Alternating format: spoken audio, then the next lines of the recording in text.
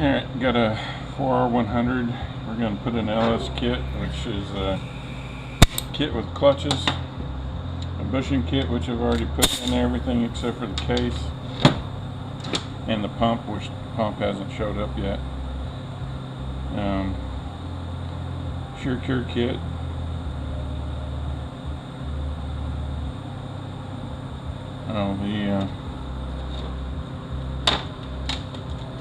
The little cooler bypass valve kit from Sonnax.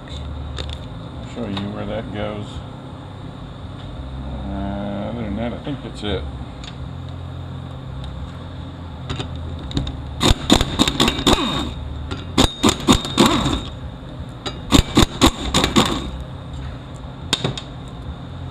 Somebody's already been in here,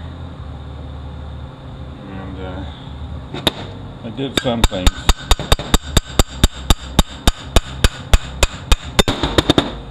Some things I didn't do.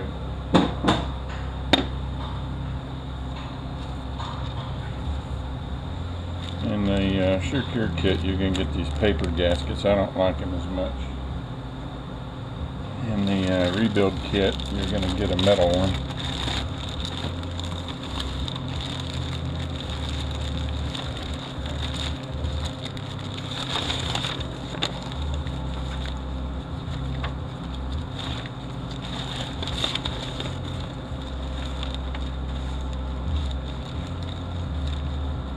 Supposed to get a metal one.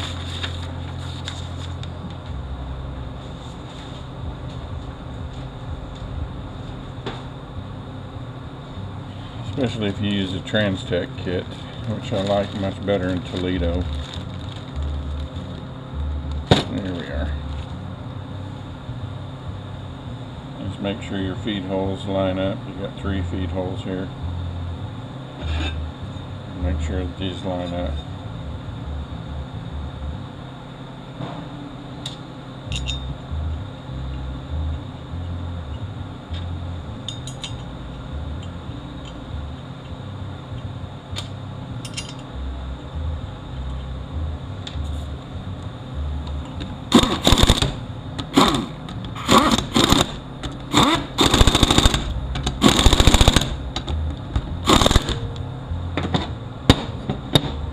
Got a bleed hole, orifice cut plug in the back here. Make sure it's in there.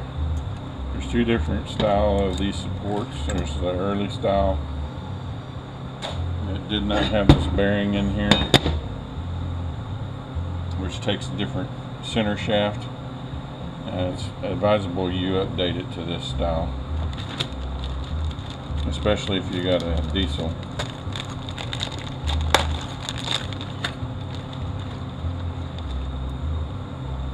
We're just going to hook those rings in there like that.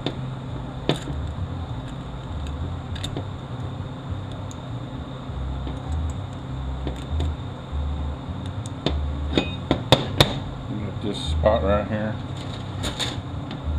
That's where this tab is going to go.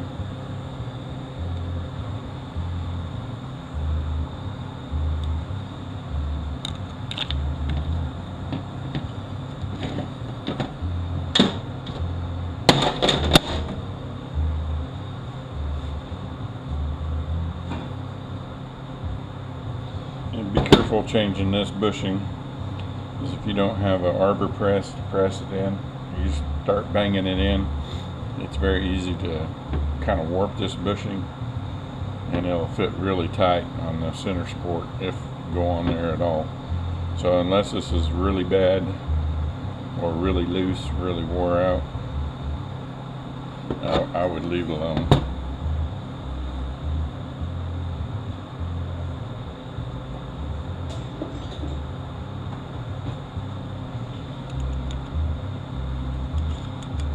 You got the lip seal on the outside here and the lip seal in here. Both the lips face down.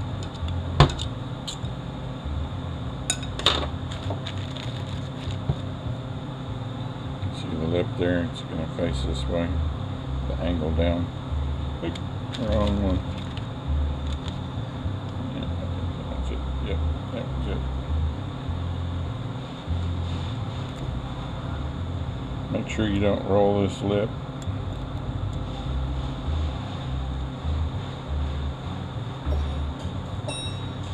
Get a scribe with the hook, get up underneath that lip. Make sure that it's not rolled. And you can see how this lip is on the inside. This is the one we want.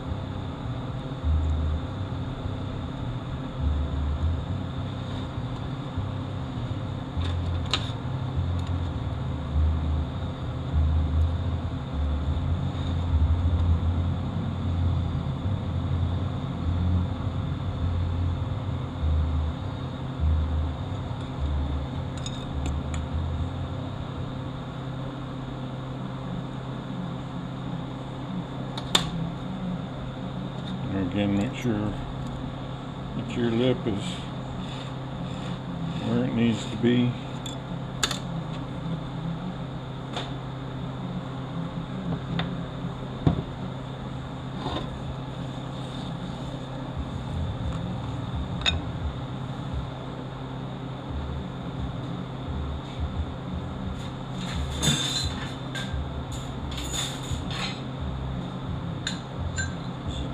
Check ball in here, make sure it's nice and loose.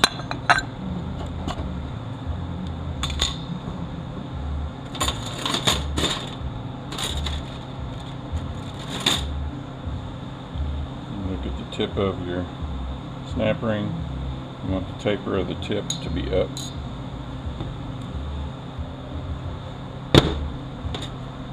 This washer goes on the back.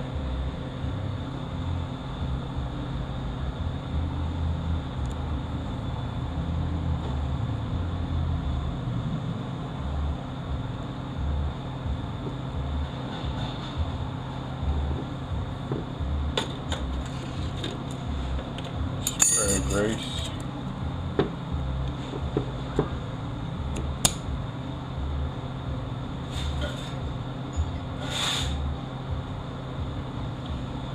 This beveled area, you see this is flat, this is dished. You want this dished part up. So you're going to turn counterclockwise, lock clockwise.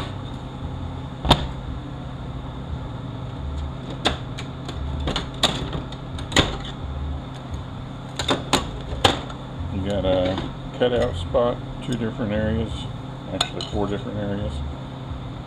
I put the opening of the clutch where that is, and I just keep these all lined up the same.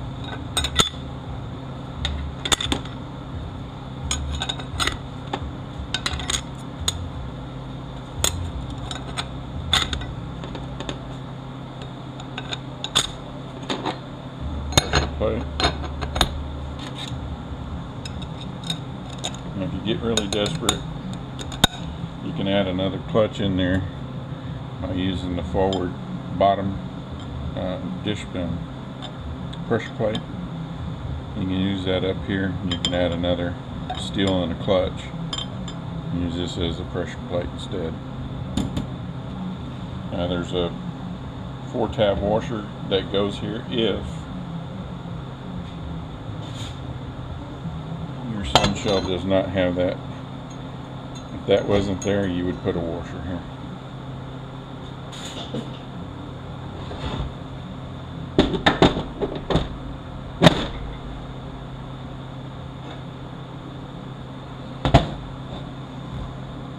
And you got an O-ring here.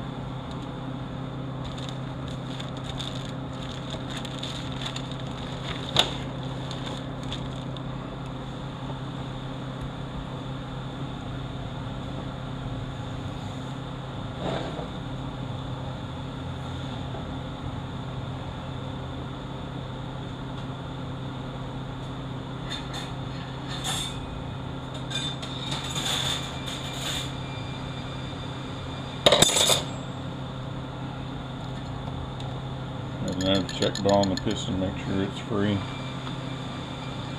That's our lip seal for this one.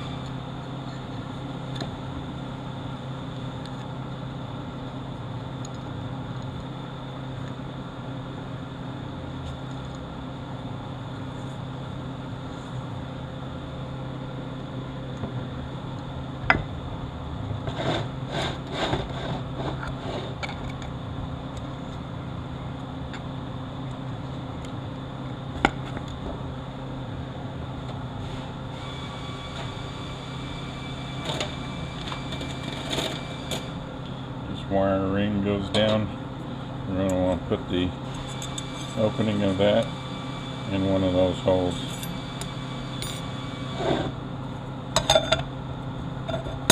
Bevel plate goes with the dish down.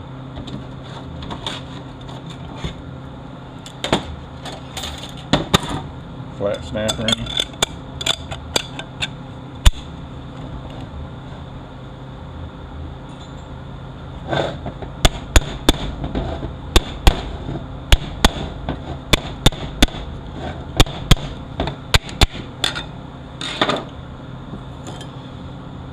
That pressure plate goes down. Cushion plate. Then steels. There again, keep the opening of these steels together. I'm going to reuse these steels because this has the hardened teeth in it. The clutches they sent in the kit does not have the hardened teeth, so I'd rather, these are much better than those over there. They're still in good shape.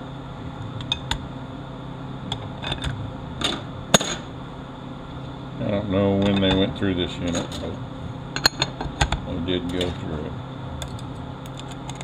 Another flat snap ring. And we got this bearing here. Goes on the back side here.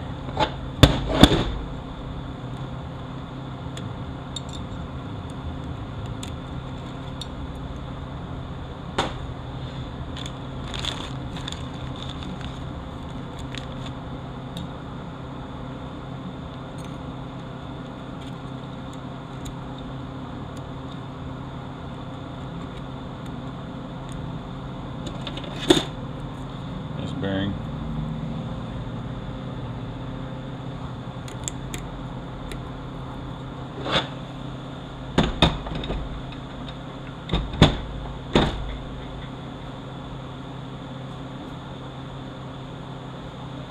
Got our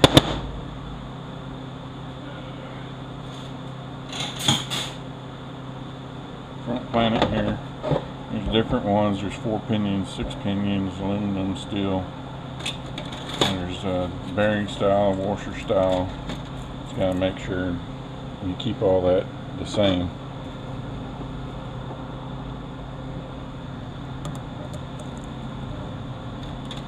This 3-tab washer goes here.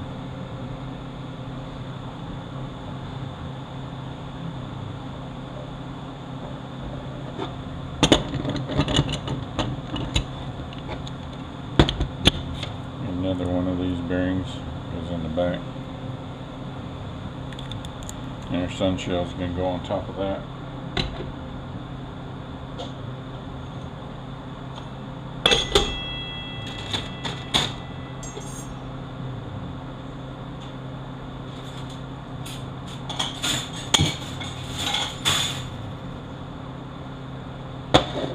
You got different style washers.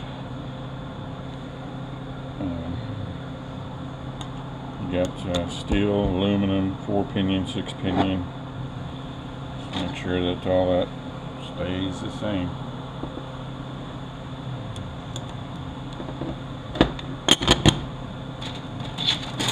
With this bearing, it's going to go on the back.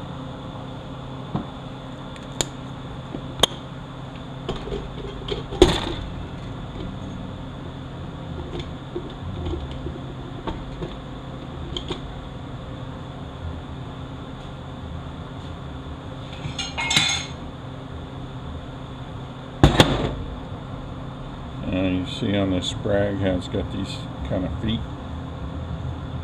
That's going to fit from the back side down in there. You can give it a little quarter turn and it's going to stay in place.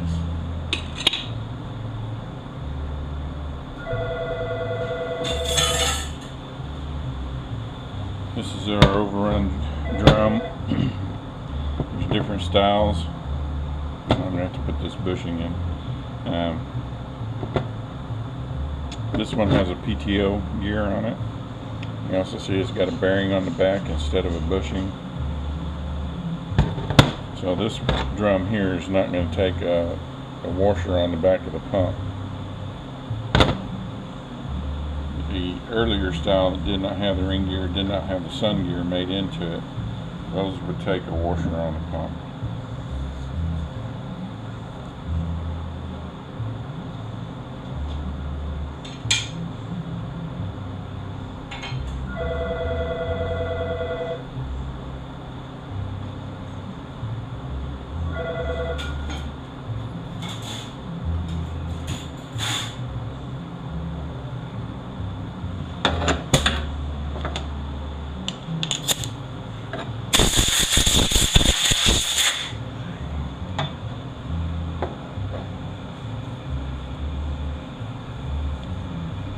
And we got a check ball in there again, make sure it's free.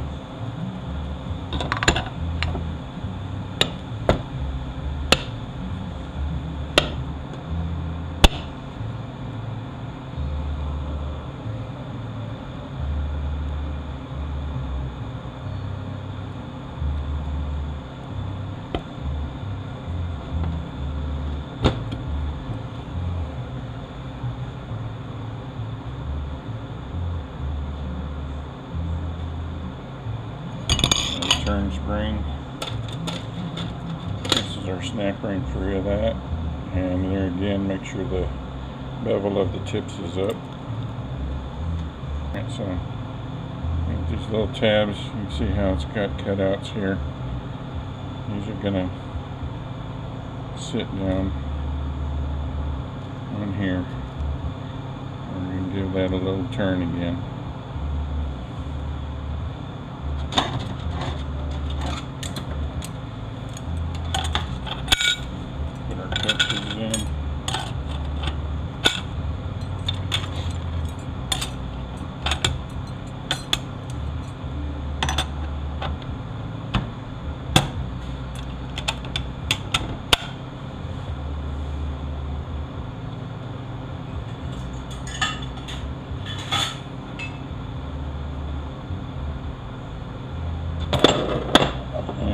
Different style planets.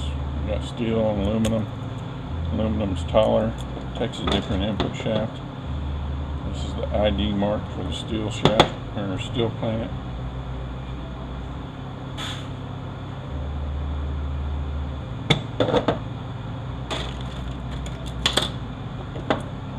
This bearing will go on the planet. It's going to go up in here. Got these cutouts on the planet. That's where this tab goes. There's different style of this too. The ID or the cutout is going to go up.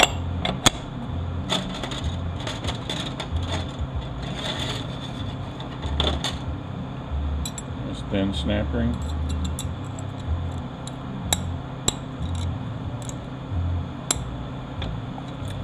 That's going to go down.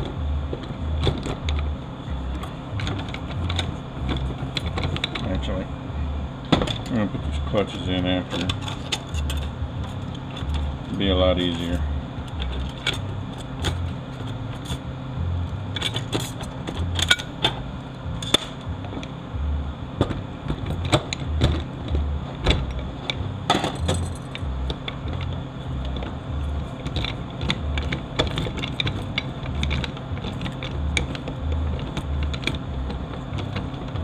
Alright, come on man.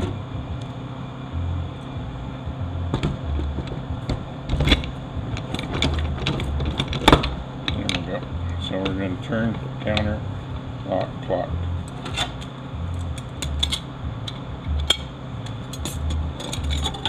Now normally I can just, without this ring gear on here, I can just pick that up and set that in the case.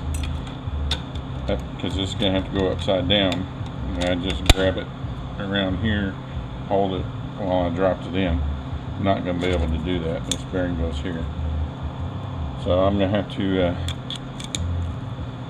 get some coat hangers, I think, and I'm going to wrap it around here to where I can keep this all together. I'm either going to use coat hangers or I'm going to use zip ties. I'm not sure which. But we'll get that handled before we stick it in the case.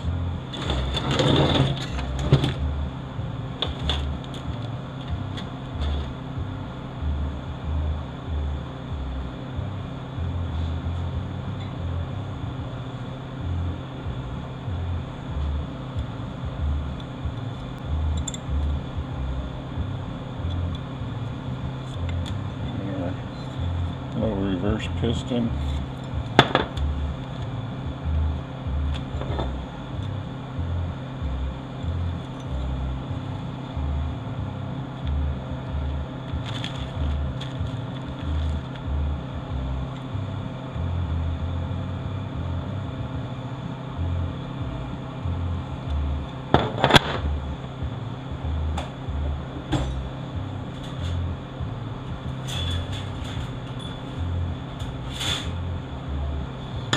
Return spring for that.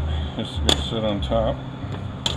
It's our sprag race, and this is a feed hole for the oil. I'm going to take a line-up pin and I'm going to put it next to that.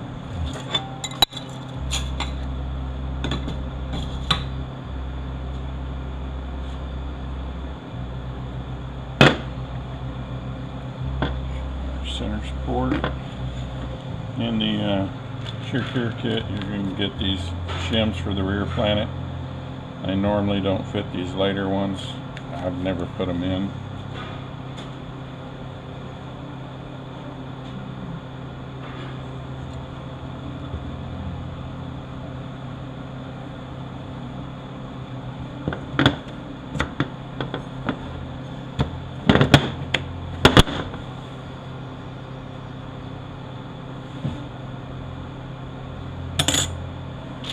You're going to get this spiral snap ring. This is a snap ring that normally comes on there. They like to pop off.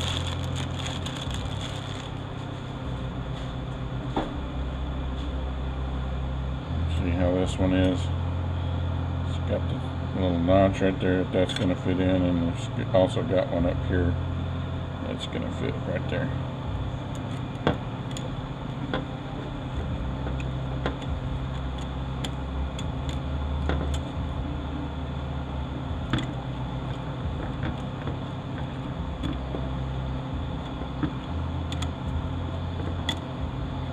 Can get that started on there. If you can't, it's not that big a deal. This is the tool for putting this piston in. If you want to get it, I don't remember where I bought it. They got different ones now. Back when I bought this was the only one available, and it was like $350. Also puts this center support down in the case.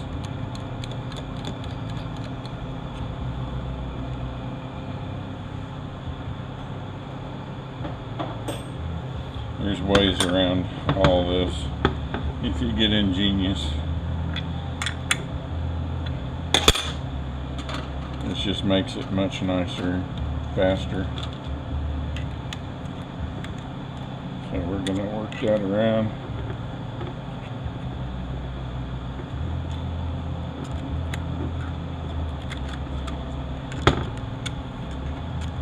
Know you're all the way in when that snap ring gets on that notch.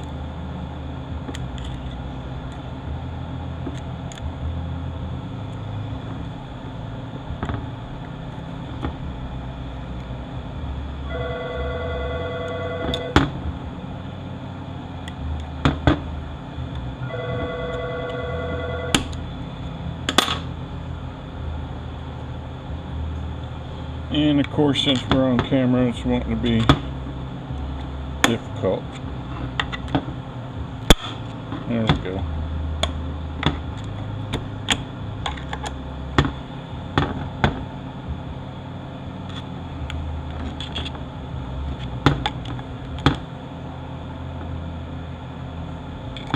Alright, looks like we're all the way in.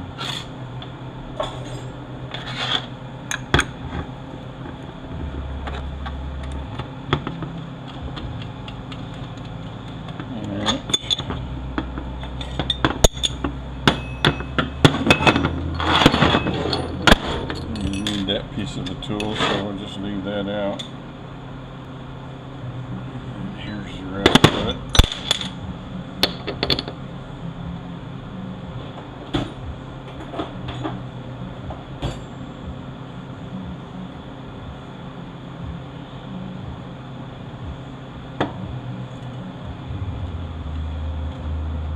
This Lip facing up towards us.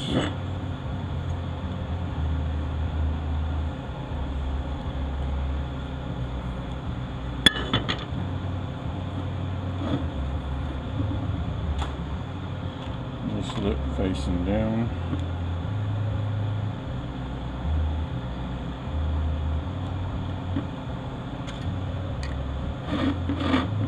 Make sure we didn't roll that.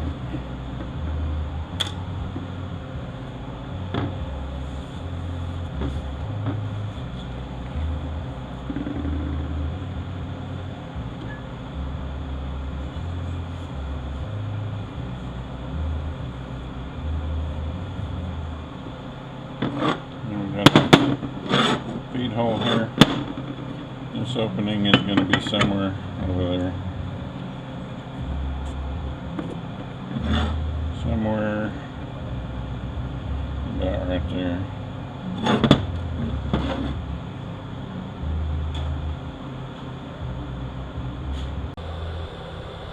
Alright, I don't know if you can see it or not. There's a feed hole down there. I'll knock these bushings out.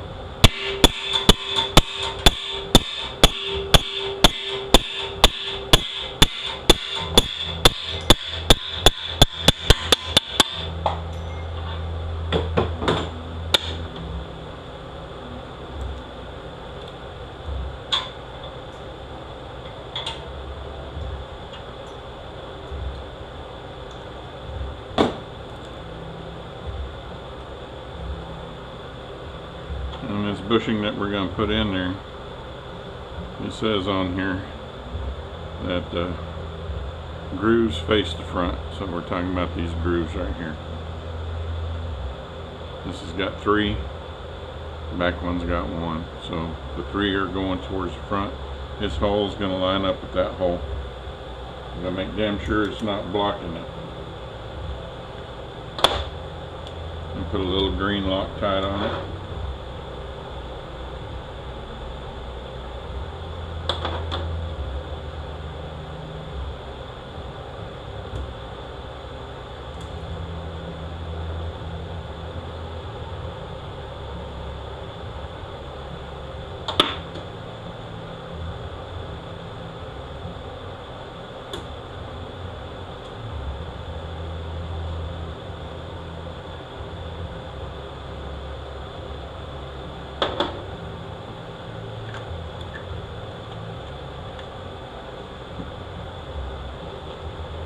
You don't need much.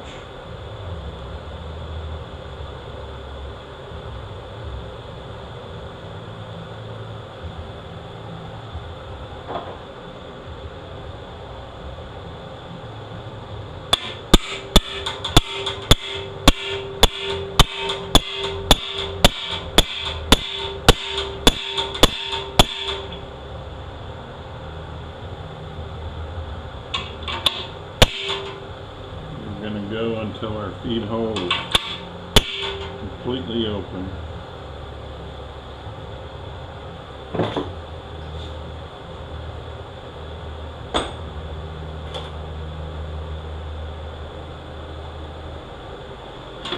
And put our piston in.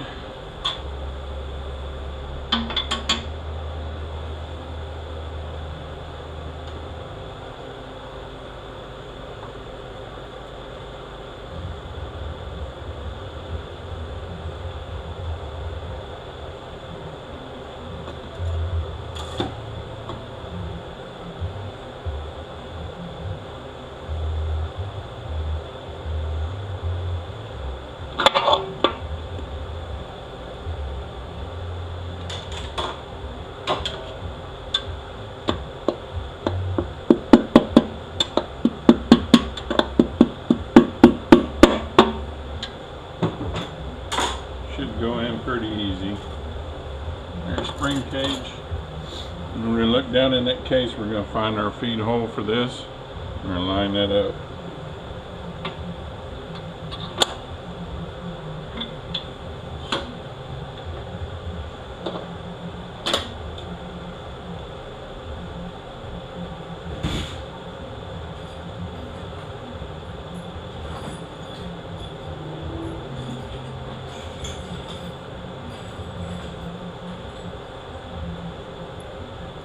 5 bolts that look like that. 7/16 heads. 11mm, whatever you want to put in. Call it.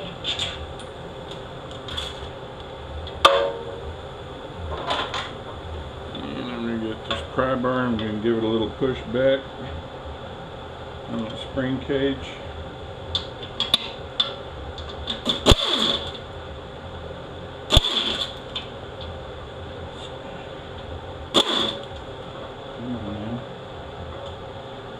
In this way.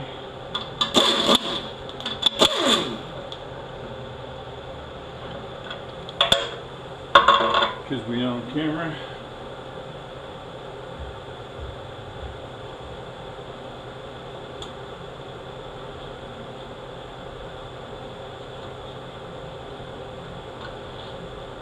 Okay. Normally doesn't turn. Now it wants to turn. I'm going to put 2 line-up pins in it.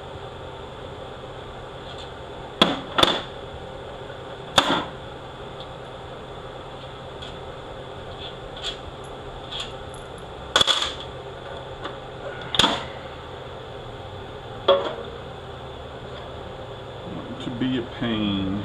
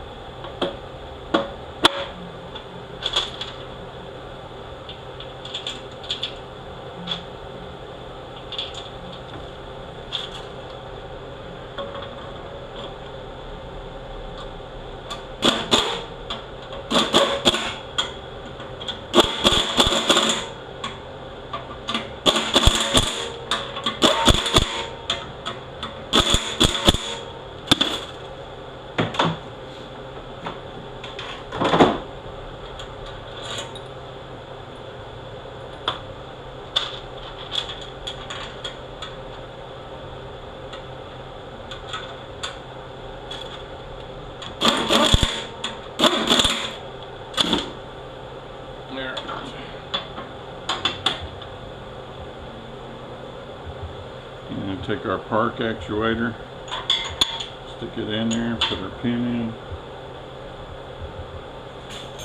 take our spring, spring's going to loop around it, fit in this little slot right there.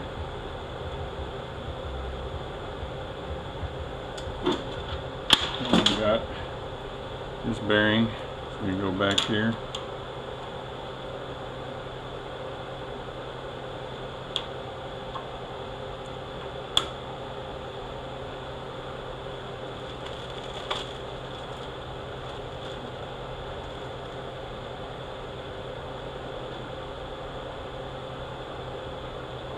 This little lube plug, some of them don't have it, the early models don't, but if it does have it, you make damn sure it's in there. And all the way back, that's going to lube your tail housing bushing. And our output shaft. On our output shaft, we got a groove right here. That's where this snap ring is going to go.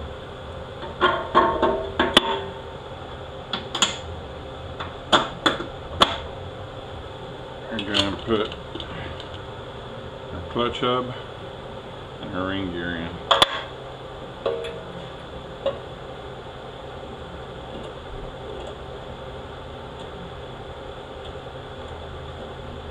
It's going to turn clockwise, a lot counterclockwise. Put our ring gear in. And we're going to put our snap ring in with the taper of the tips out towards us. Hello. Okay. I came to ask you one thing. I know you're a very busy man, but I don't have to do it.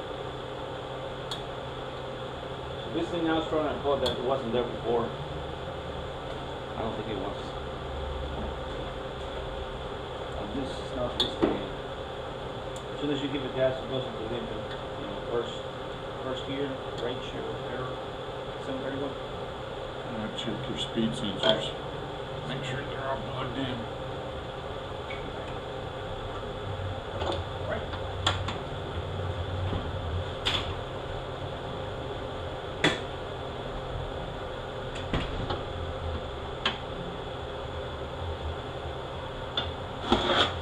Alright, and see if we can get a better view.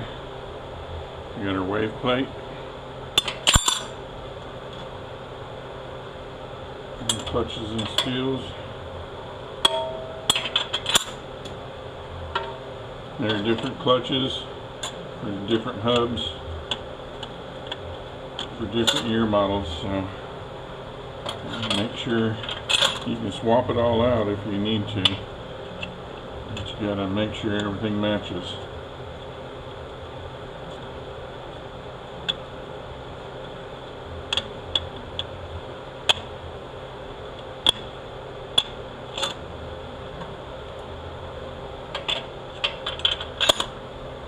This unit here has had some water in it at some point.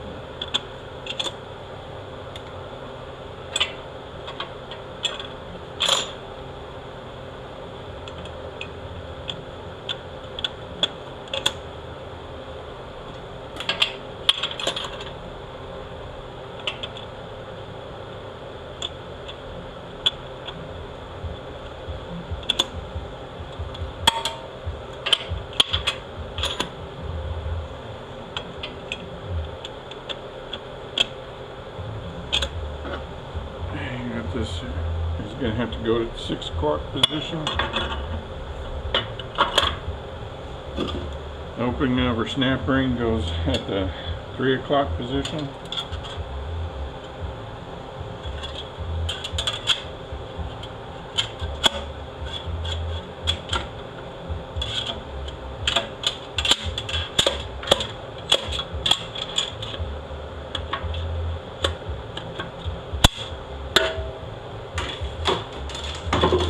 You're going to have to pull up on that clutch hub so that the snap ring can go in its groove.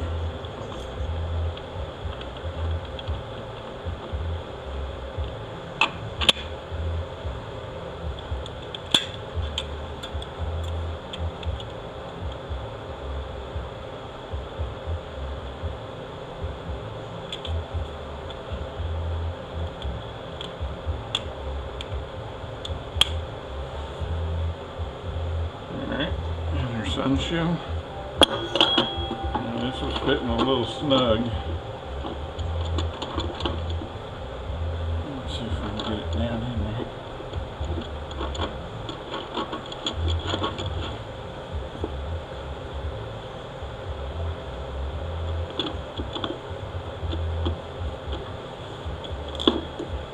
There we go. Our front planet, make sure that bearing's in there. The bearing's on there.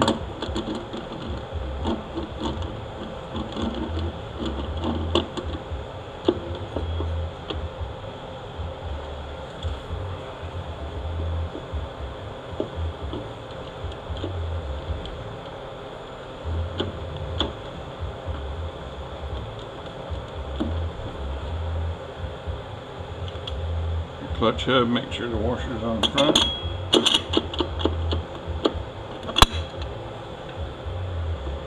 Forward drum, make sure the bearing's on the back, bearing's on the front.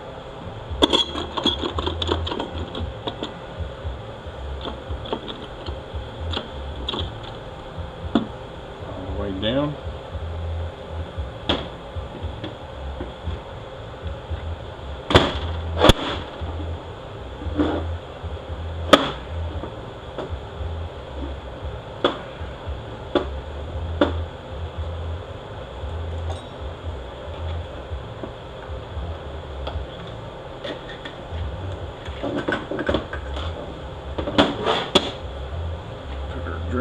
Drum in.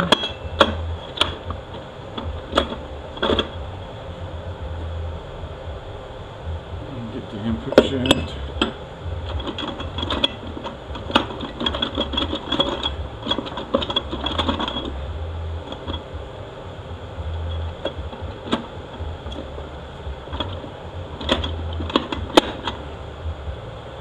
Make sure we're all the way down. Band in.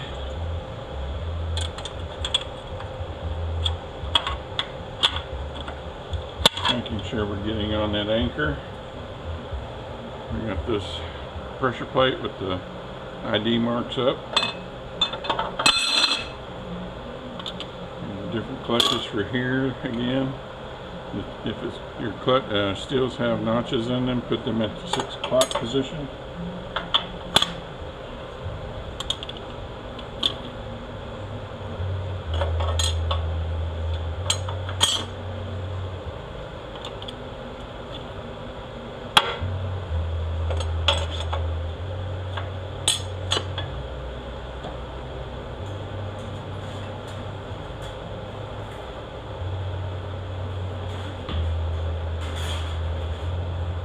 Some shift kits give you the snap ring to go underneath the center support.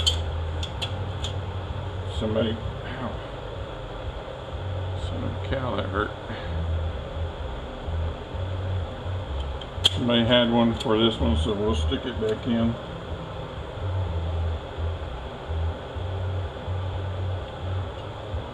Center support with the feed holes towards us.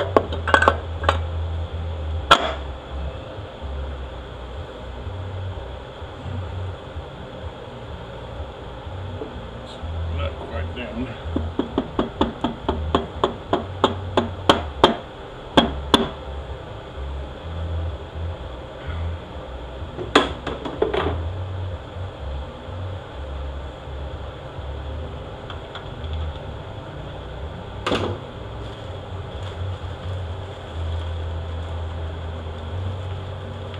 Get these bolts in the kit for your center support.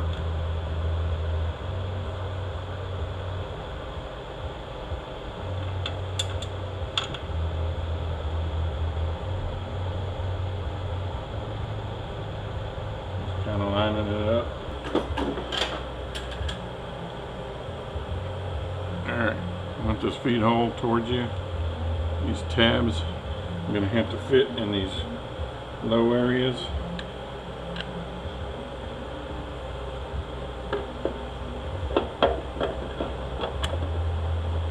Go in as straight as you can.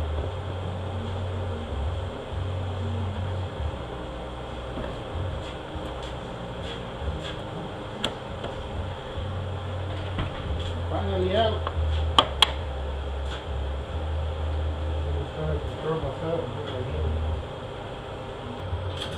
Alright, and we're going to put the snap ring on top of the center support, put the notched end over here, put the opening at the 6 o'clock.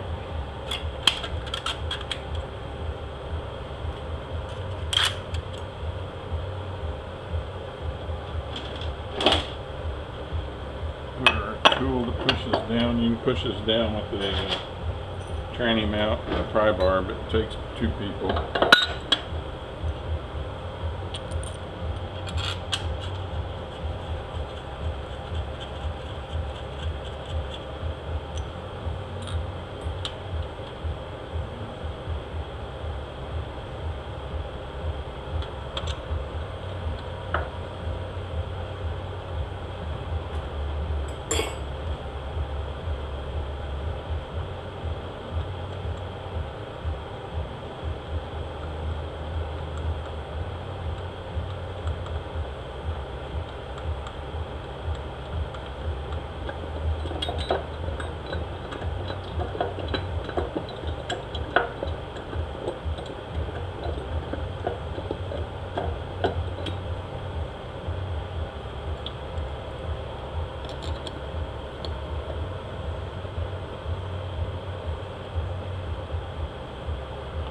Before you get all the way down, line your bolt up.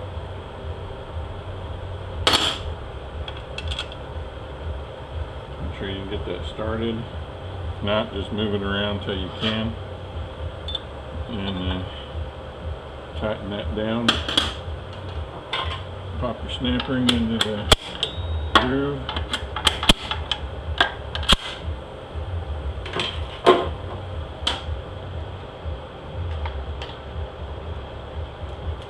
Tighten down your 3 support bolts.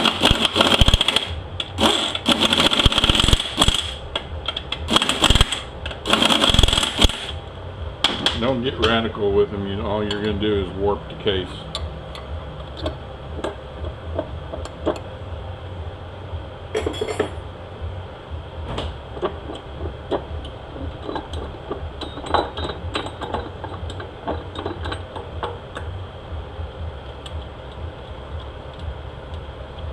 Alright, this next part's going to be tricky because we got the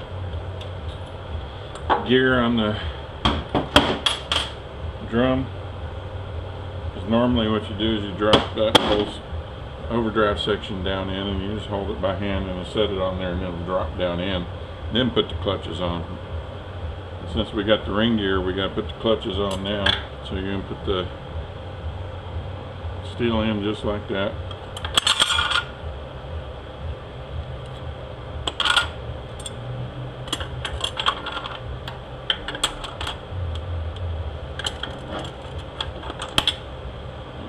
Pressure plate on with the dimple facing up. You're going to put your opening and your snap ring up to 6 o'clock again.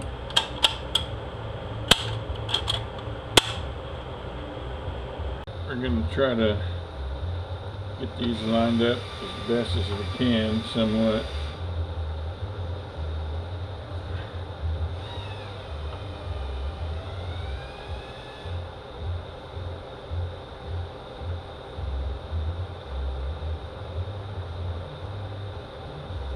Trying to help the situation. See how this works.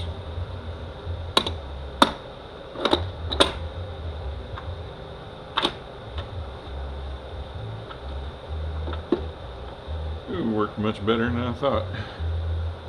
Alright, so what this is an old 4T60E tool for putting the input drum and sprag assemblies in all at one time. So what I did is I changed this rubber out because it was too big. I found a rubber that would fit down inside that planetary, and then when you squeeze this down, it just squeezes this rubber out and grabs a hold of that planet. So worked pretty damn good. Now we're gonna have to hold this all in.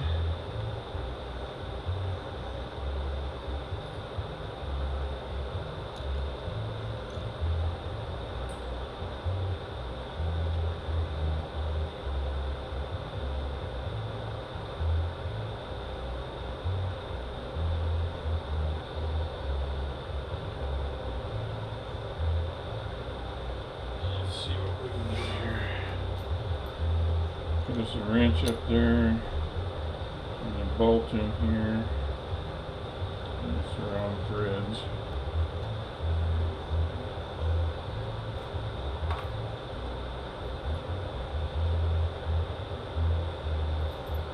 Put a nut and a bolt on here. Put some tension on that, keep that from coming out until we get our pump. We can go ahead and put our valve body and all that on here.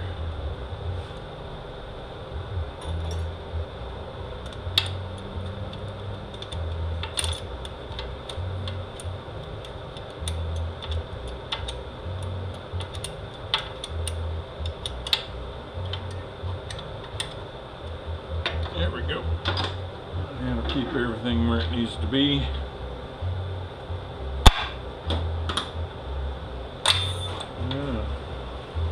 Somebody didn't put the pin back in. That might be a trick to come up with right there. Alright, so that changes everything again. Let me go find a pin.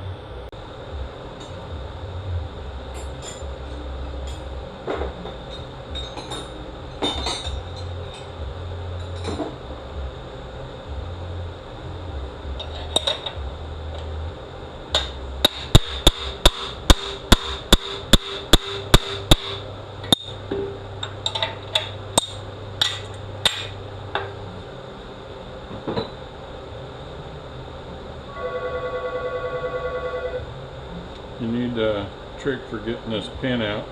This is the first one I've ever seen that just fell out. Usually they're super pain to get out. And if you need a trick for getting that out of there, I've got a video on it. Just go watch that.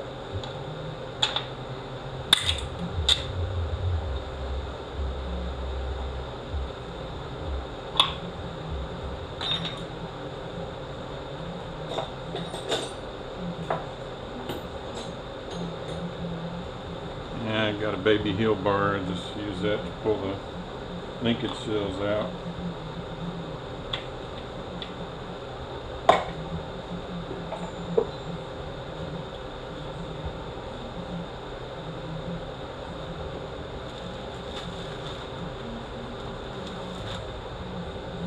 Linkage seal looks like that. It's going to go in like that.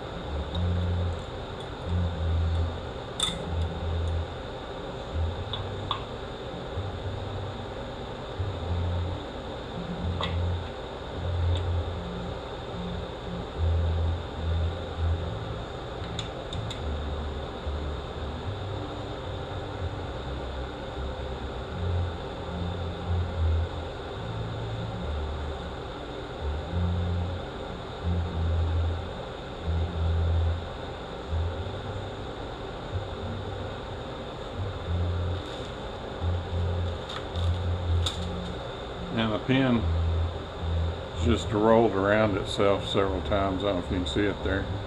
So I spread this end out a little bit to help keep it in there and not fall out. You just need to put it in far enough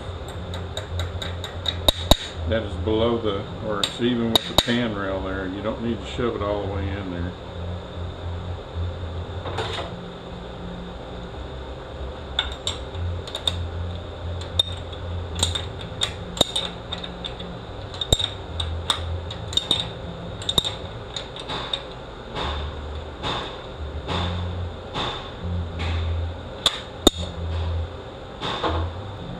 Servo. Early design had a ring groove down here. There was a plate and a snap ring that held this in. I always change it out to this style. You just throw the plate and the snap ring away and put this style servo in it.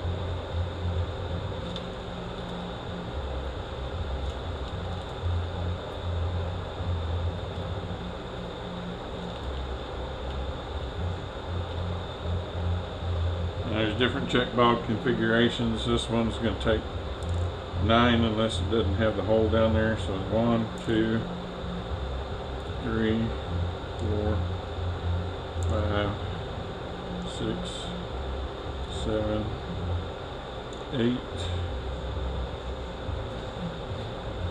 And let's see.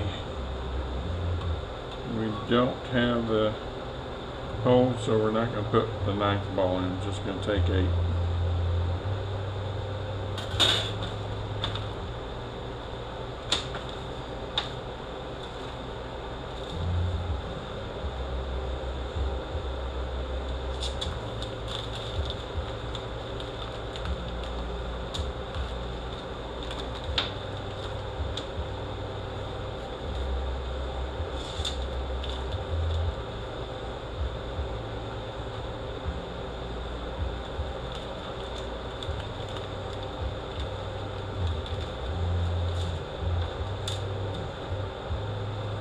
Now in your zip kit,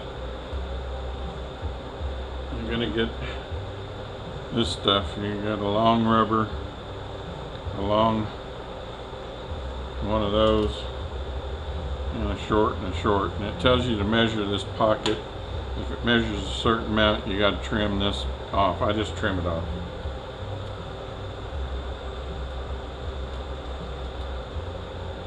I'm going to take that off.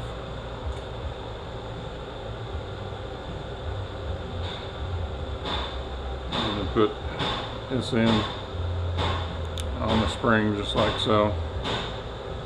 You're going to put the tapered end into the case, and you're going to have to line that taper up with the support.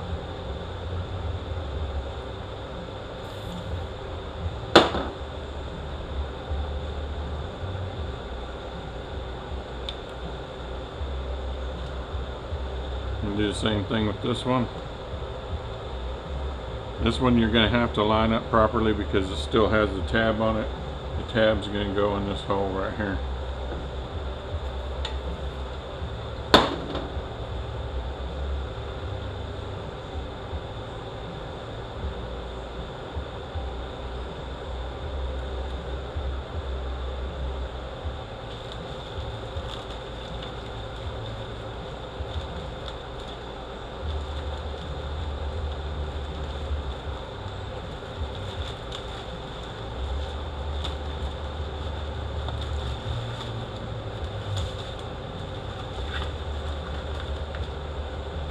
different kits have different valve body gaskets that they use. They should all be the same colors.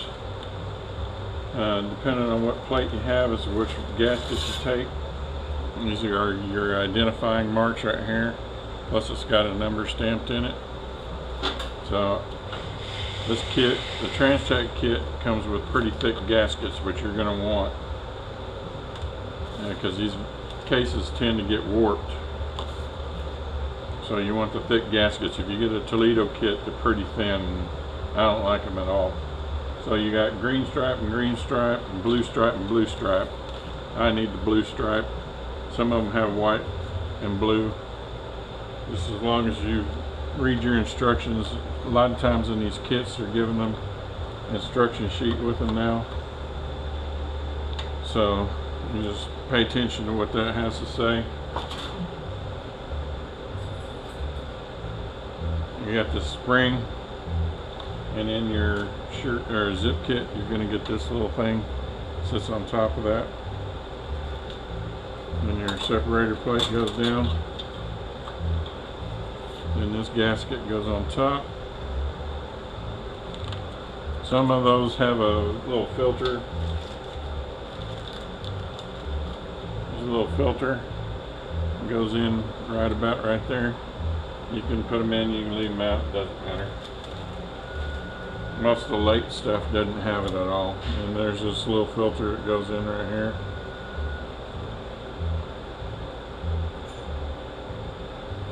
The stiffener plate says up on it. It goes up.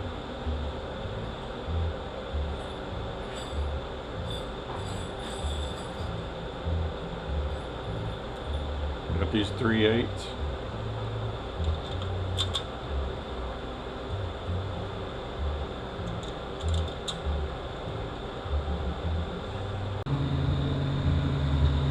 Alright, we're going to see how this comes out. It may not work with the crap. It might work. So what we're going to do is we're going to take this spring out right here. Take this valve out.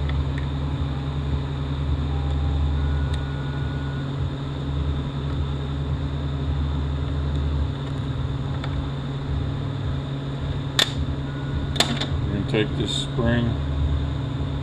We're going to cut a coil and a half off of it.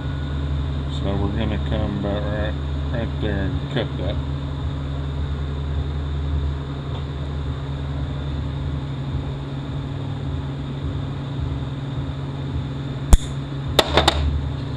We're going to stick that in with the cut in and at the bottom. Stick the valve in on top of that. Shove that in. Put the clip back in. Basically all we're doing is blocking the valve forward. And we're going to take this valve out right here.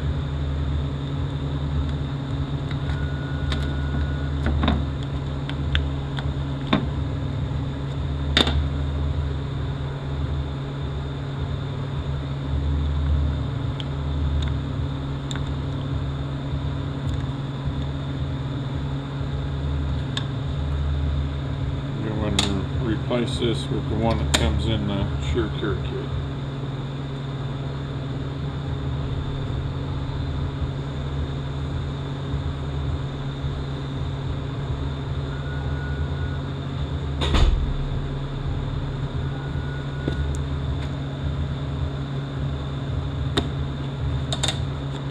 Hopefully the wind noise is not too bad.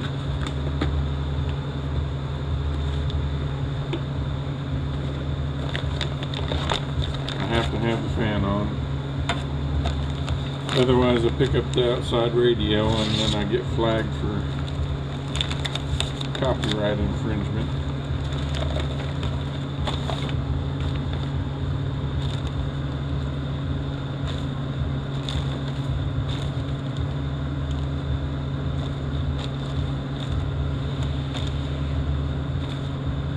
There we go.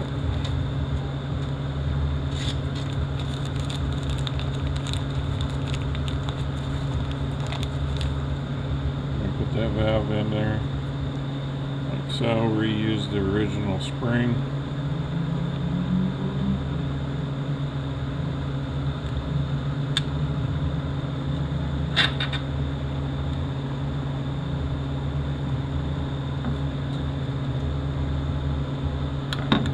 Put our clip back in.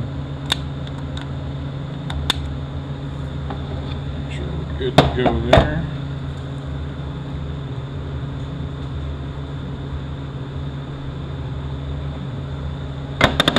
This assembly here on this valve in particular, you want to pay close attention to what comes out of here and what they give you in the kit, because they used to give you a bigger valve, and it took me forever. I kept calling them and complaining, saying, look, people are complaining about the shifts that I get on this valve, and I need you to put the regular size valve in these kits. And it took a long time, but they finally started doing it.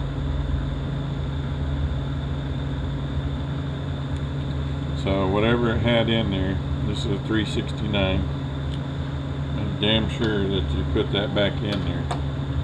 Otherwise, you're probably going to have people complaining about the shifts on it. They get kind of bangy if you go with a bigger valve. There's several different ones. So unless they specifically say that they want harsh shifts, don't modify this valve at all. 369, so we're okay. Put the O-ring on the outside of this. Give it a little bit of lube. It's gonna sit. It's got this little top hat that goes on top of the spring. The little tip of that valve goes in the end of that hole. Just going to come in just far enough to get the snap ring or this clip in.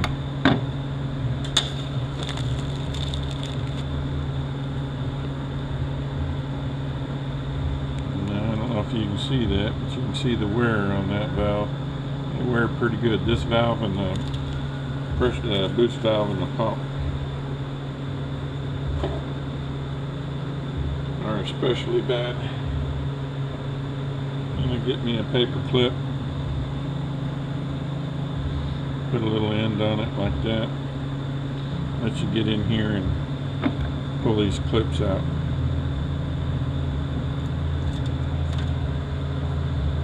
Get your valve body bolt, cut the head off, or you can even leave the head on for this, but I use this for lineup bolts too, so I cut the heads off. Going to want to pull the valve out.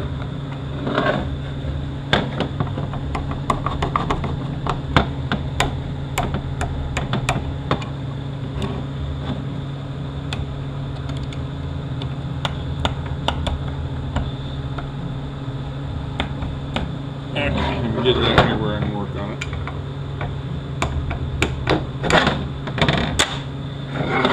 Pull that out, pull the spring out. Pull the accumulator out. I'm going to pull this clip out right here. There's a spring behind it, so I put my thumb in front of it. Pull that clip out. Another spring. And then we're going to get behind this valve. Kind of worked it out a little bit.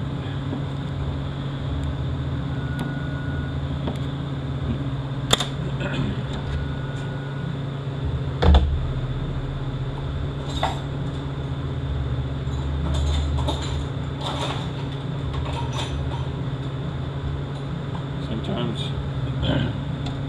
having that long part there is too much, so I keep all my scraps even though they break and use them for different things. push that valve out a little bit.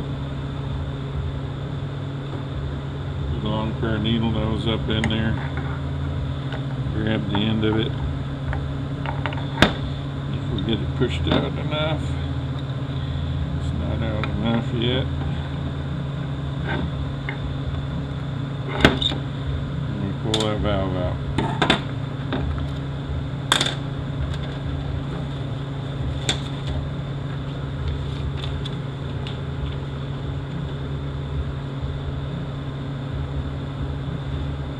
Okay, the one that goes here, and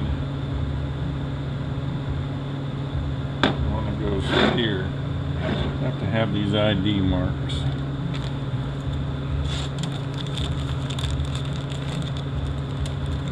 So these little washers, I've never used them.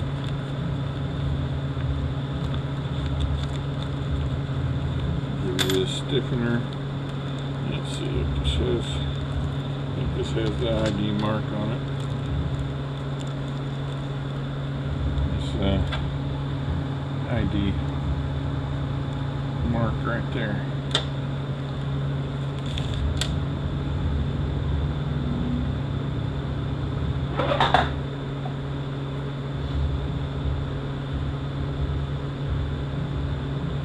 You got this Sonnax bore sizing tool. It also helps you put the springs in.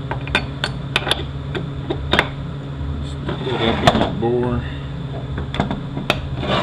bottom it out, and just keep working it in and out until it gets pretty easy. And I turn it quite a bit.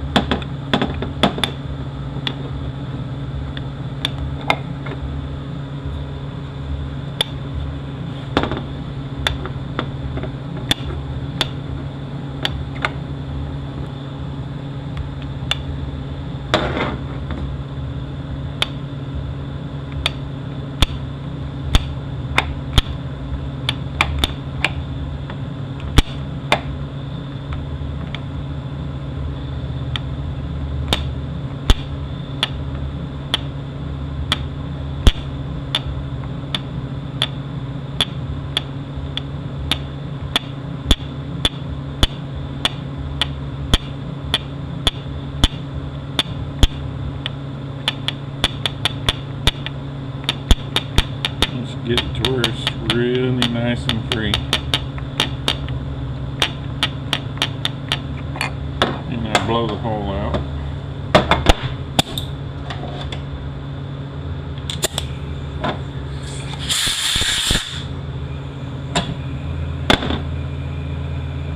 Put some lube on the valve. And put the cup to end out towards you. Drop it in the bore first.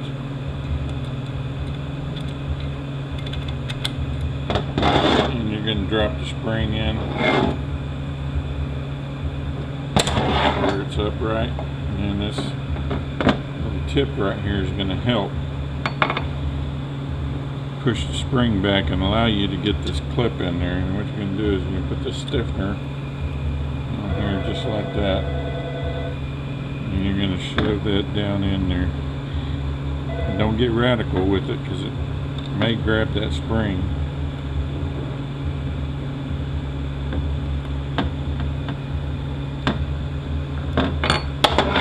Just look down inside there and make sure it's going good.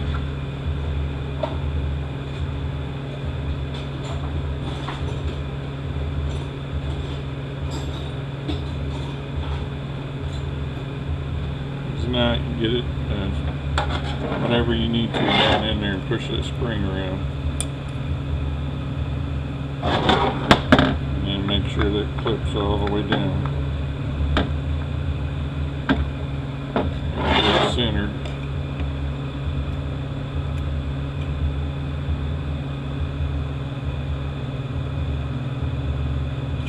I don't know if you can see down inside there, but you want it to spring to be pretty centered in the clip also. put your accumulator back in. These springs are real bad about breaking. Some of them have inner spring in there. Some of them you can put triple springs inside there. There again, you got to be careful with the shifts that are in. If anything, you can put the springs in the accumulators and it's not quite as aggressive as that valve. But if you mess with that valve, it's going to be really aggressive. So you just put the clip back in and then go on to the next one.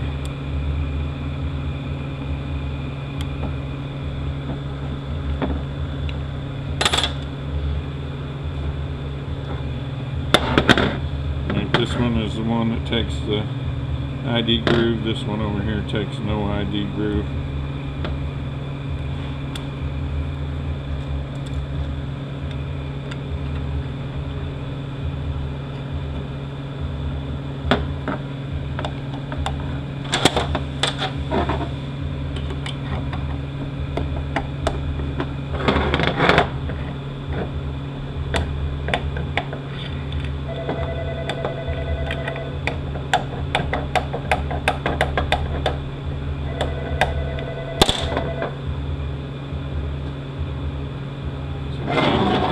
Come out, just get one of these on there, and it can help.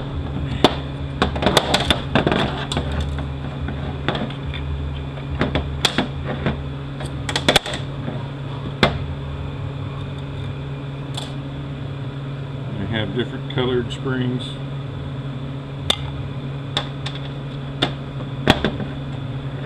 Give you different shift feels.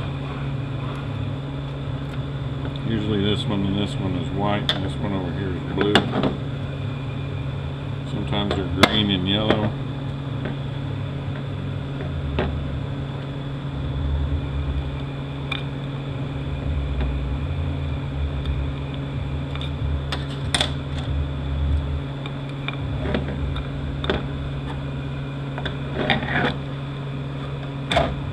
These here are actually pretty free.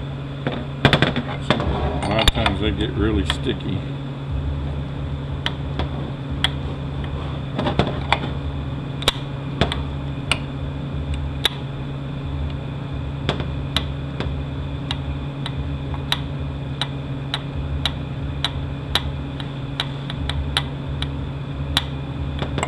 Put those little washers behind there. That's going to change the shift feel also. Like I say, I've never put them in.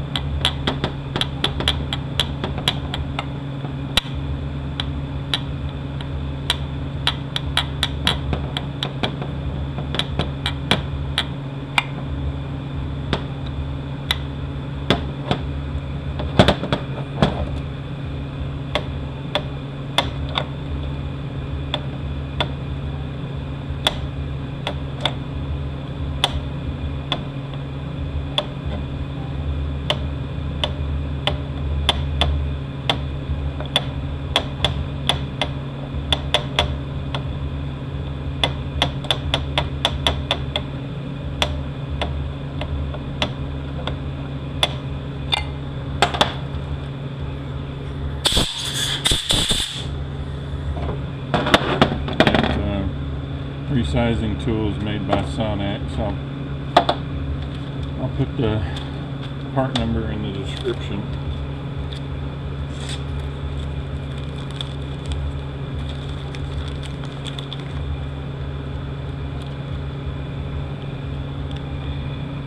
Let's see. I don't know if that's the right one or not. Sometimes it's hard to see that ID mark.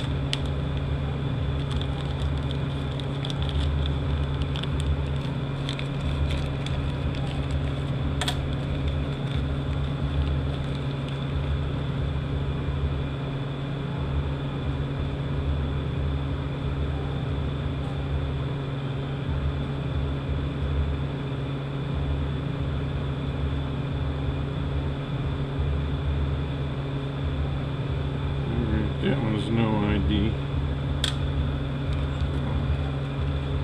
This is the one we're after.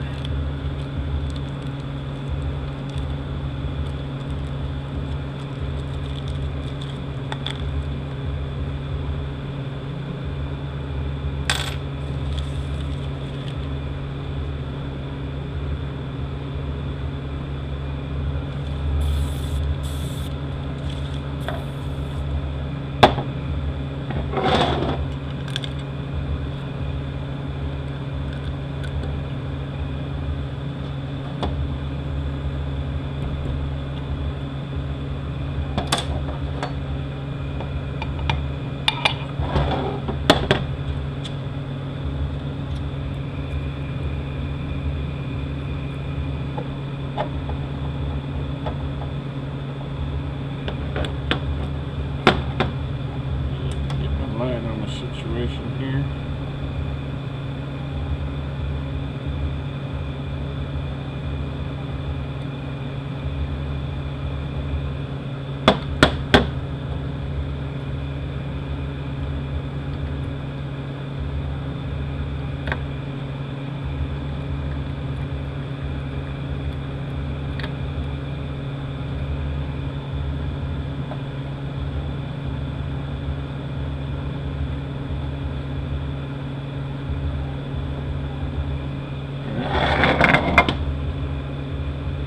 Can't see.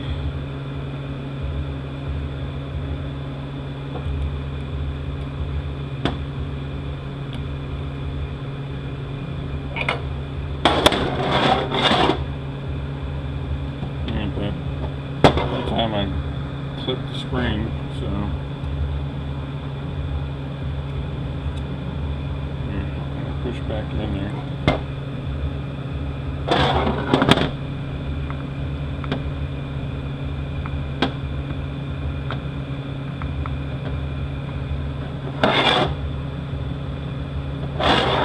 Go. Accumulator back in. Spring.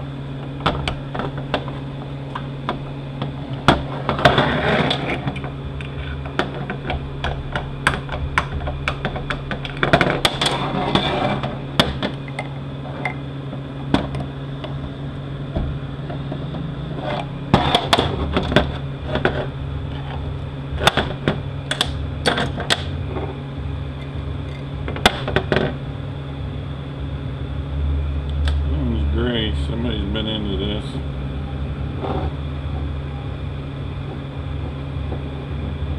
Not surprising. Most of these units have been done several times. They're such a bad unit.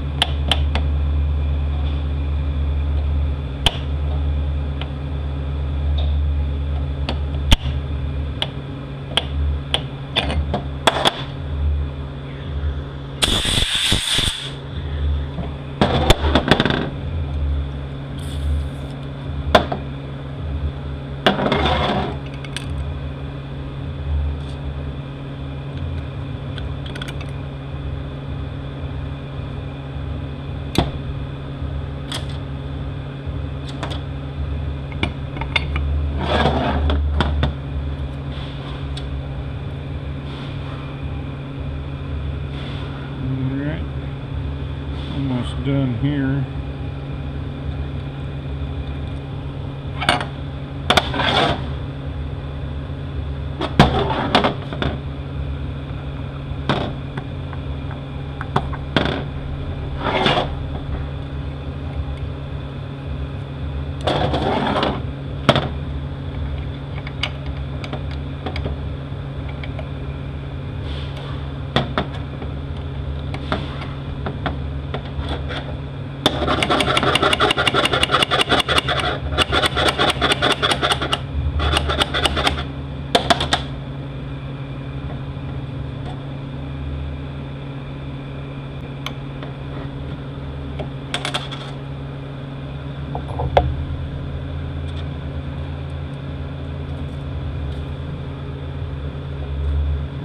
We're done until we get our parts out of the cleaner.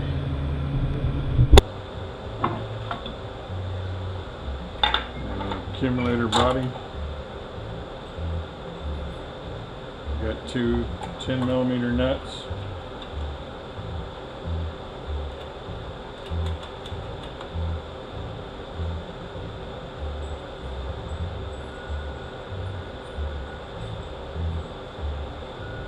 You got two 8mm that are a little bit shorter. Those go on the top body that goes over here. The rest of these shorter ones go on here and on the main valve body.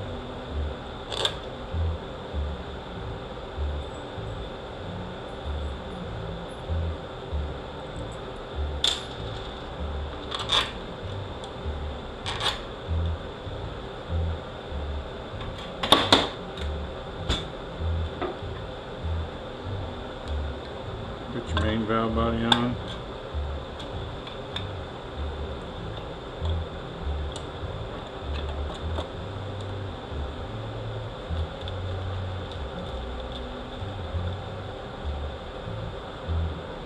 You got two large balls, one goes here, one goes here. You got a place for 3 balls, small balls here. It always takes 2, maybe 3. If you got the hole in the plate, which we don't, somebody put the extra ball in there so it don't take the ball. You got the short one goes here and here.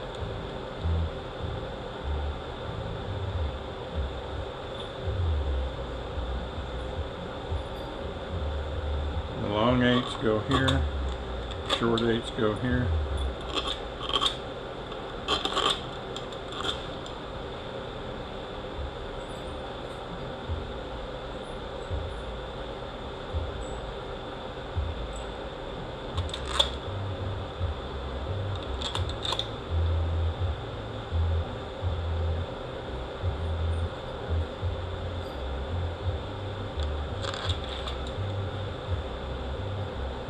Another 10 nut.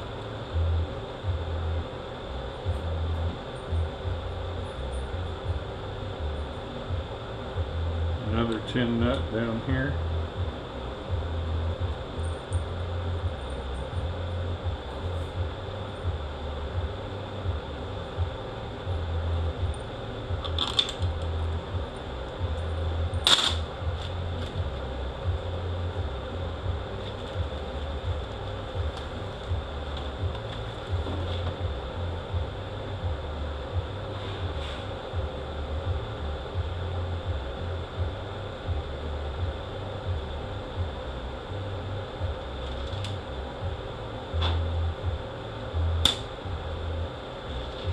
Put your O-ring on your solenoid assembly.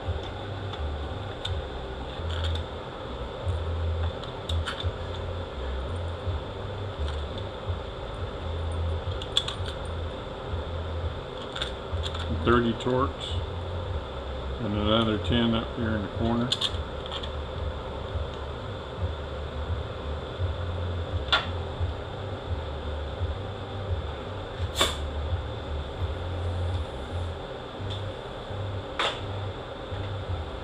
Alright, we're going to work in this from the center out.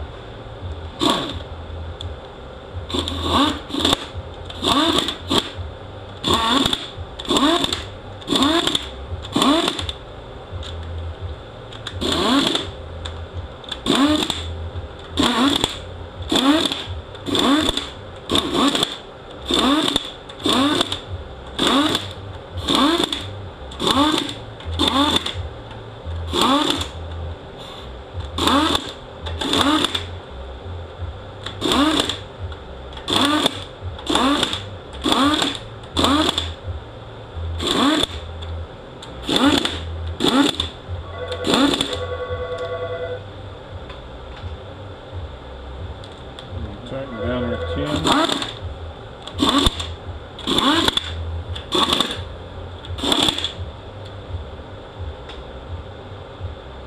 are 30 torques.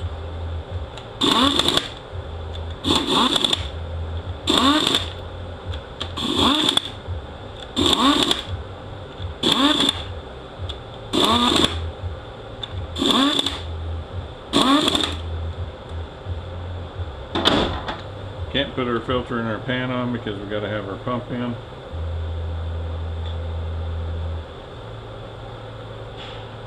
And this cooler bypass valve kit, what I do is I take this over to the pump, over to the bench vise,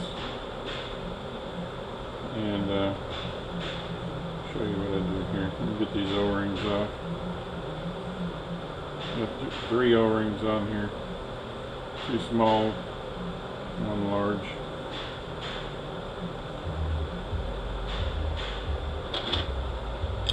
So it's together like that. And I take it over and I put it in the vise and clamp the jaws of the vise right here to where it's real close, but there's a gap. And I get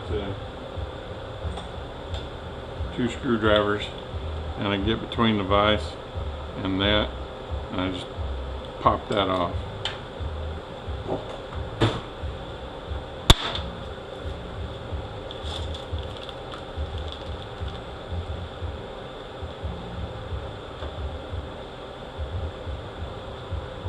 So we got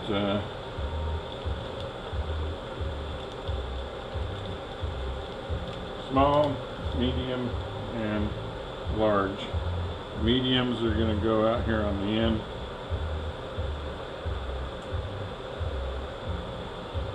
And the large goes all the way up here. And give you extra in case you cut it.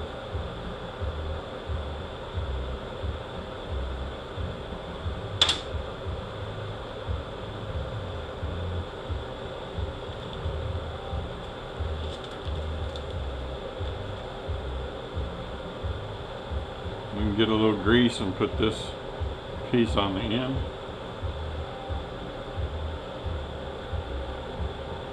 Like so. And drop your ball in there. It's going to go on top. This is, lube this up a little bit. This just pops in the end of it here. Just pop it on. And this is going to go in the case. This piece in the back, this piece in the front.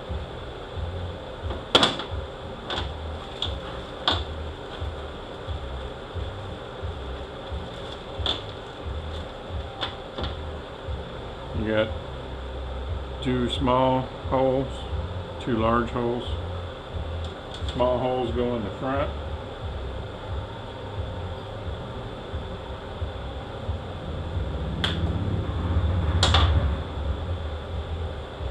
One on one side, one on the other, and then the small O-ring is going to go on the end right here. You don't want to get too far up in there because you're going to need to start this into the case. At least on my holder, I got to have it like this. If you don't have it in the holder, you don't have to worry about it. And you got a big one. And a big one in the back and a washer on it. No O-ring on that one. Just goes in like that. So I'm going to get this started.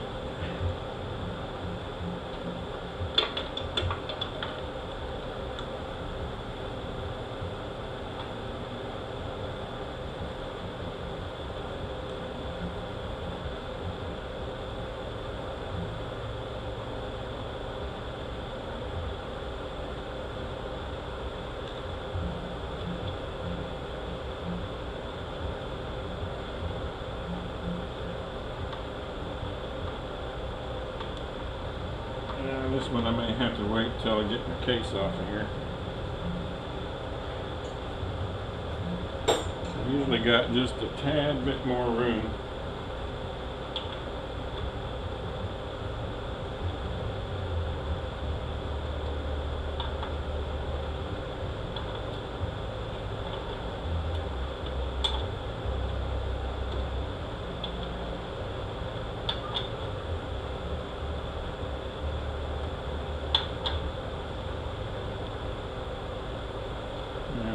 screw this up.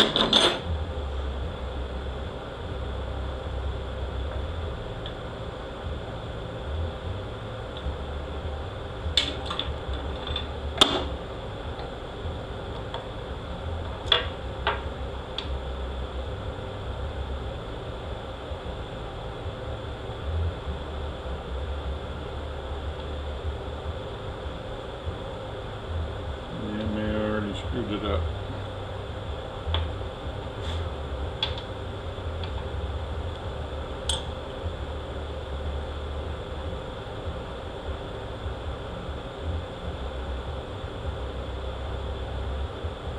Yeah, we'll deal with this when we get this off the holder.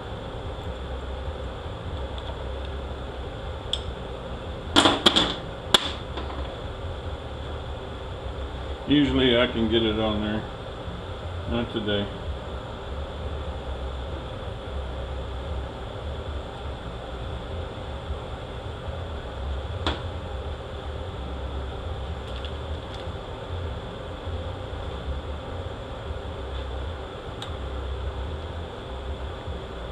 Alright, let me put the tail housing on.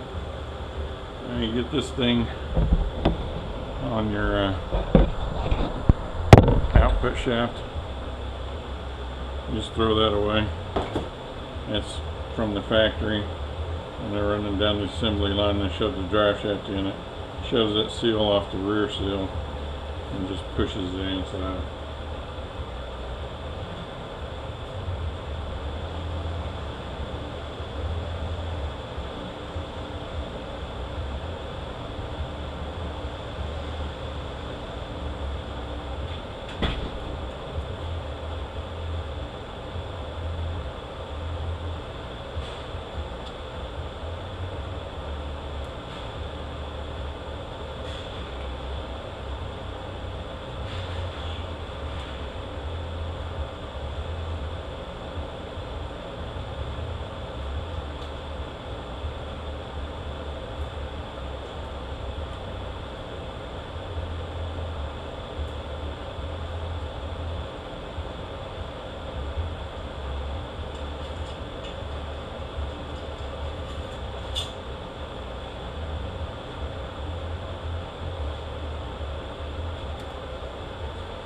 This is where that plastic thing right there seals against. It squirts oil up in there. It runs up here to your bushing and lubes your bushing. There's two different rear seals. This is what's going to come in your kit. There's this one. If you have this one, which I have, you have to order this. It's not going to come in your kit.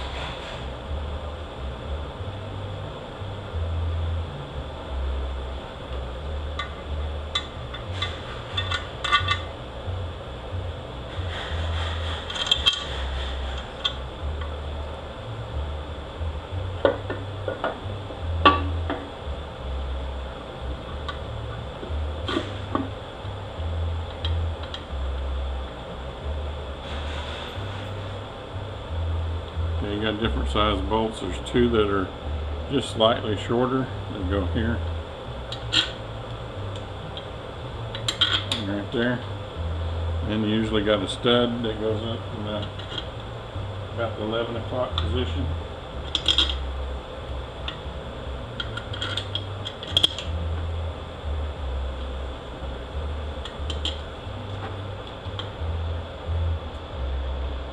These are 13s.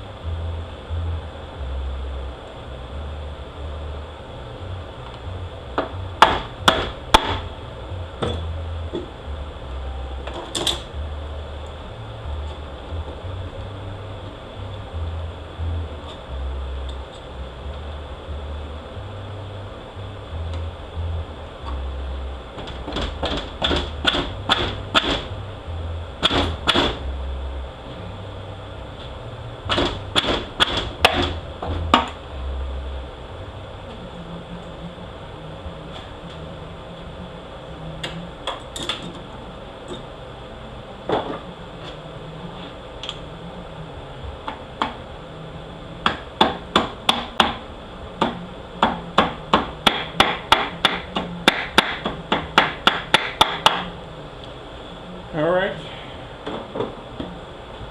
about all we can do until the pump shows up.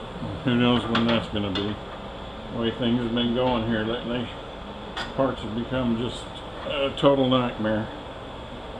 So we'll be back when those show up. Alright, your outer pump gear doesn't matter. Inner pump gear, dot's going to face up. The bevel's going to face down.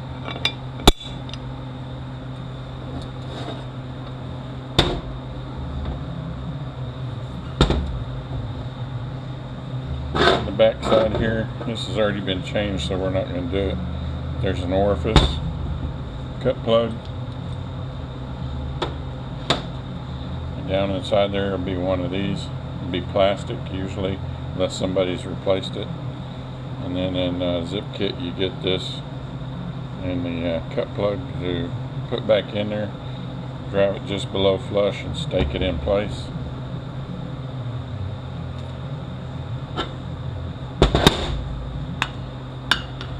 Take our filter rubber out. Need to make sure that if it's ever been drilled before for full-time lube, this one's been drilled, but they also, somebody welded it shut for us, so that's what we want. Otherwise we can't use this valve that comes in the zip kit because it's got the full-time lube in the valve. So we're going to put the valve back in it with that washer on top, just like that.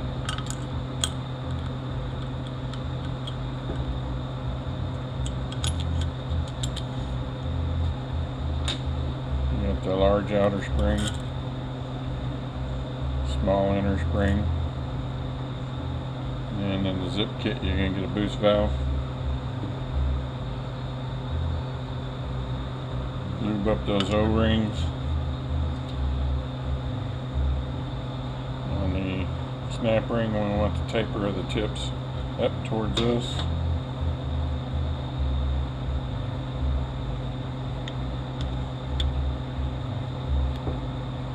I'm going to get this down to the snap ring groove.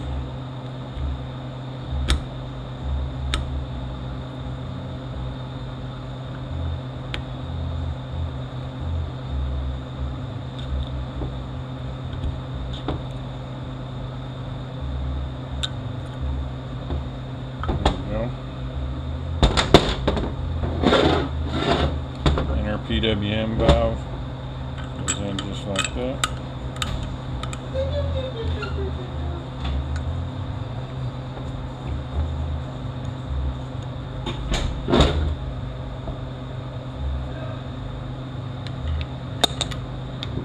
We're all the way down. The spring goes in on top. In the zip kit, you're going to get a new PWM valve and make damn sure you put it in the right spot. Don't shove it in too far.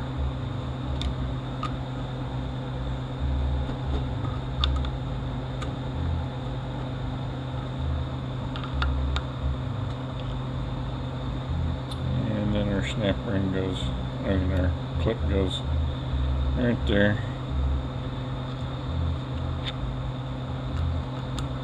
There we go. You can see how wore out this one is. Pretty worn.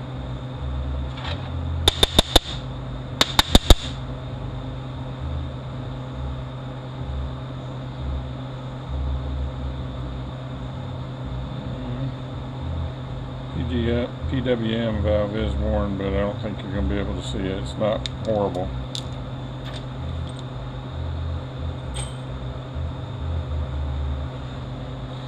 So we're good to go there.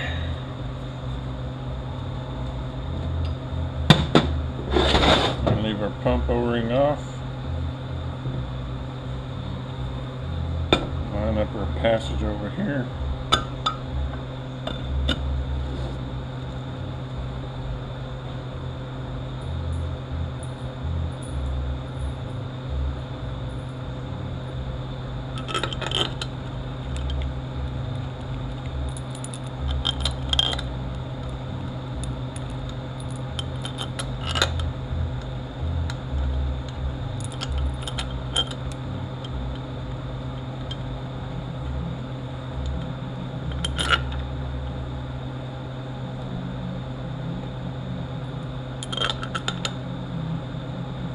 Two threaded holes here. Take two of your tail housing bolts and thread those in from the front.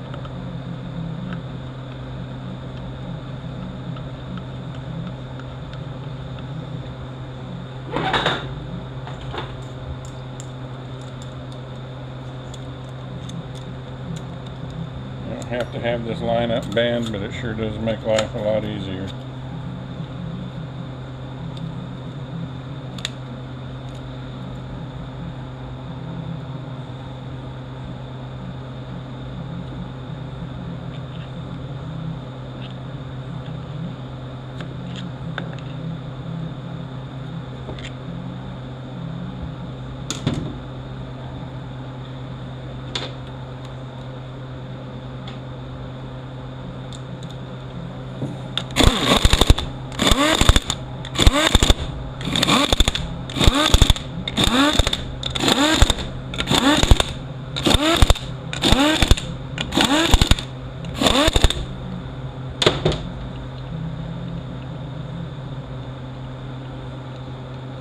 Bolts back out.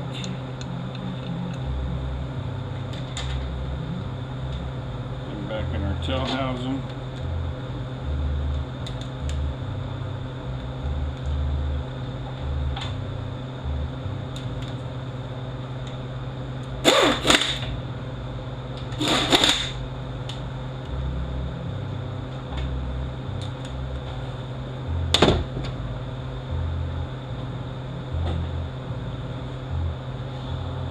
Take our band off.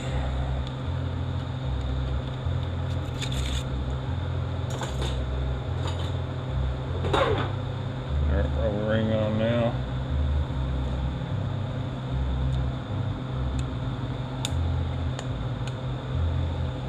A little grease in our sealing ring grooves. Our sealing rings are going to go just like that. Give a little tweak on them, help keep them up in there.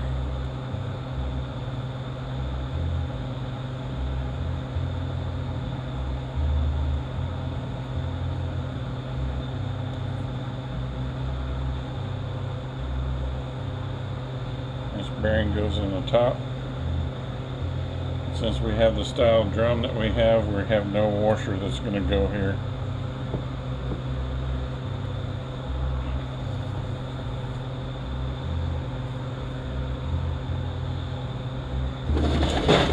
Pump bolts take washers like that.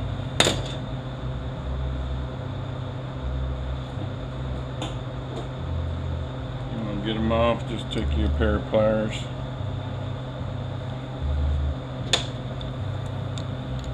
And your impact.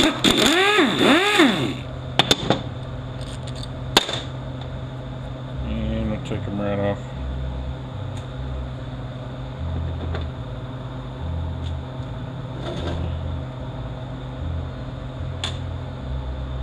Alright, I'm going to have to move the camera,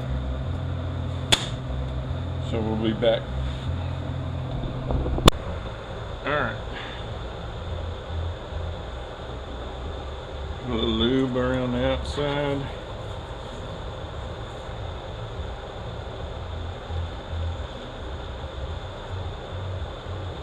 Put her up. O-ring in, matching up the holes. I mean O-ring or gasket.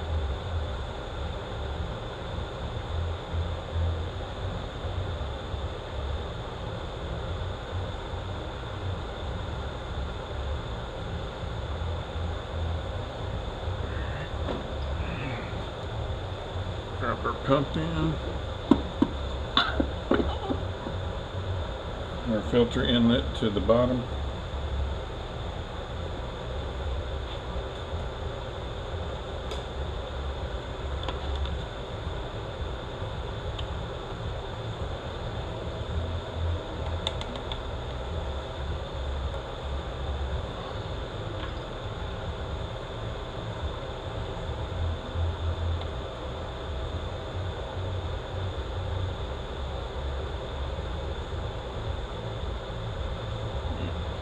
And then messed up the hole.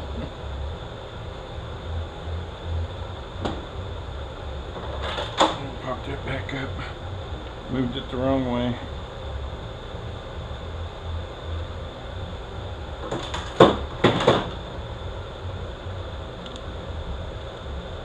There we go.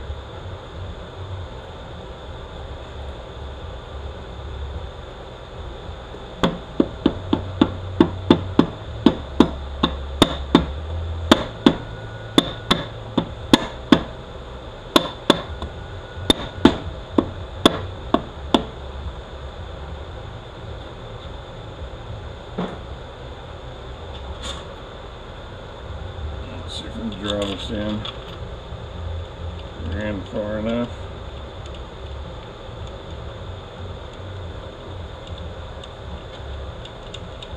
I don't think ran far enough.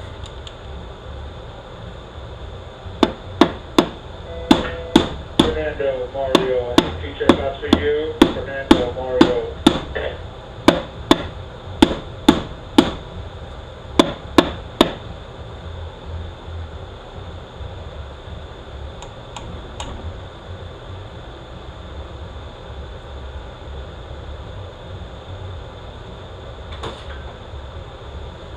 Just a little off.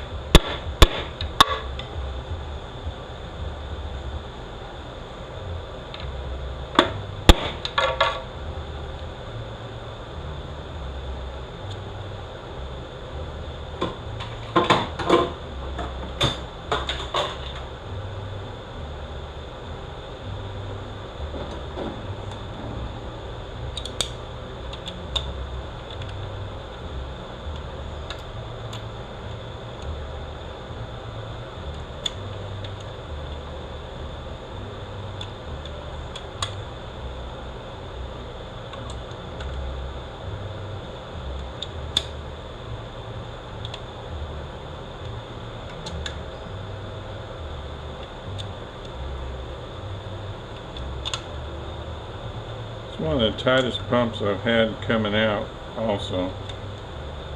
I'm not sure if it has to do with that drum having that bearing on there. Usually they're not this tight. I had to use a pump puller on it. And I don't normally have to. And there's two threaded, one of those threaded holes that we use to line up. Those are what you use to pull it out with also. Don't never stick a pry bar back here and pry on this case. It's about a $900 mistake. You will break the case. And you won't know it until you go and you build it up and you get it warm and it starts slipping, and it just keeps doing that to you.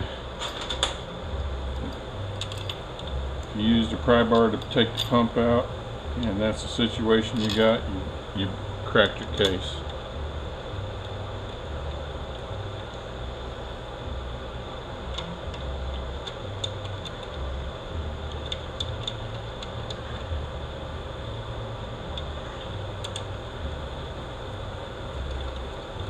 This is a carry out, so I'm gonna have to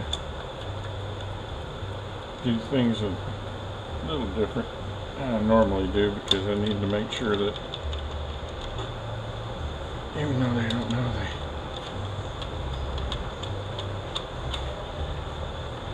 it gets done.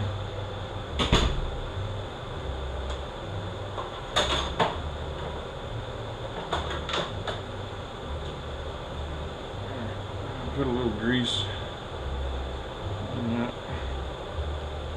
where that sealing ring goes for lockup. There again, you do the same thing.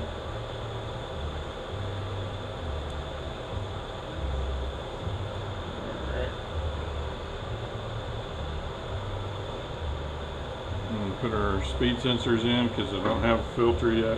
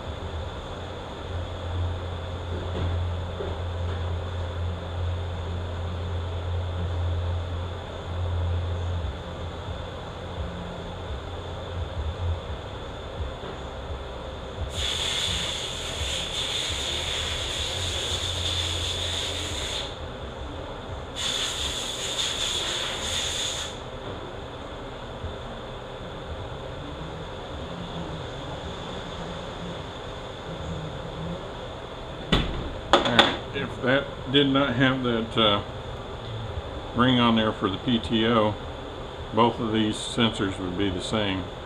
And since it's got the PTO, this short one goes in the front.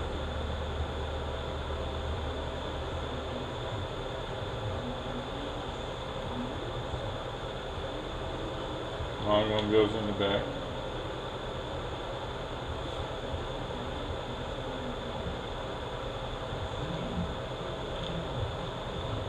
Eight millimeters.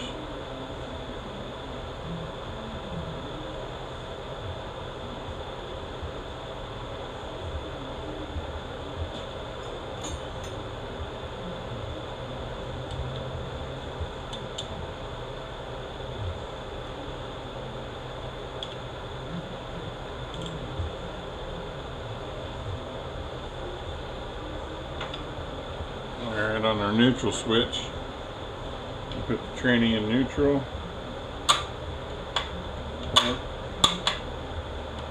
Reverse. Neutral. And on our neutral switch, it says neutral right there, and then there's a little line right there. Line those two up.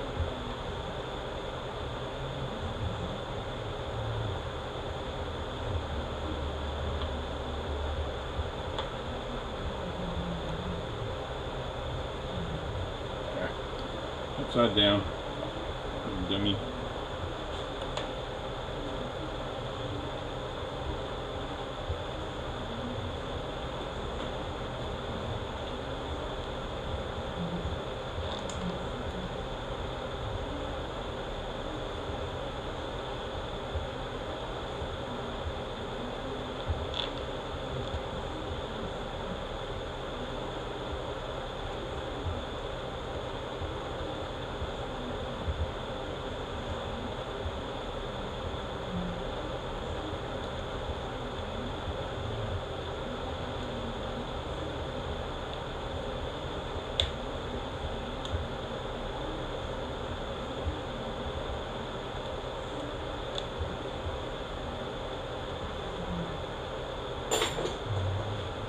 Alright, this comes with the reusable gasket. Most times in the kit you're going to get a paper one. Don't use that thing. Use the reusable one. Even though this is a two-wheel drive, got a 4x4 filter pan on it, so it takes a 4x4 filter. They sent me a 2-wheel drive, so still waiting on them to send me the right one. I don't understand what the problem is. It's been almost 2 days now. It's just a stinking filter. So the only thing I got left is to put the pan on and put this on like I showed you. These, I always replace these on the diesels because you can't hear these things when they go bad. On a gas one you can. You'll hear it rattling. On a diesel you can't hear it. So I always replace them.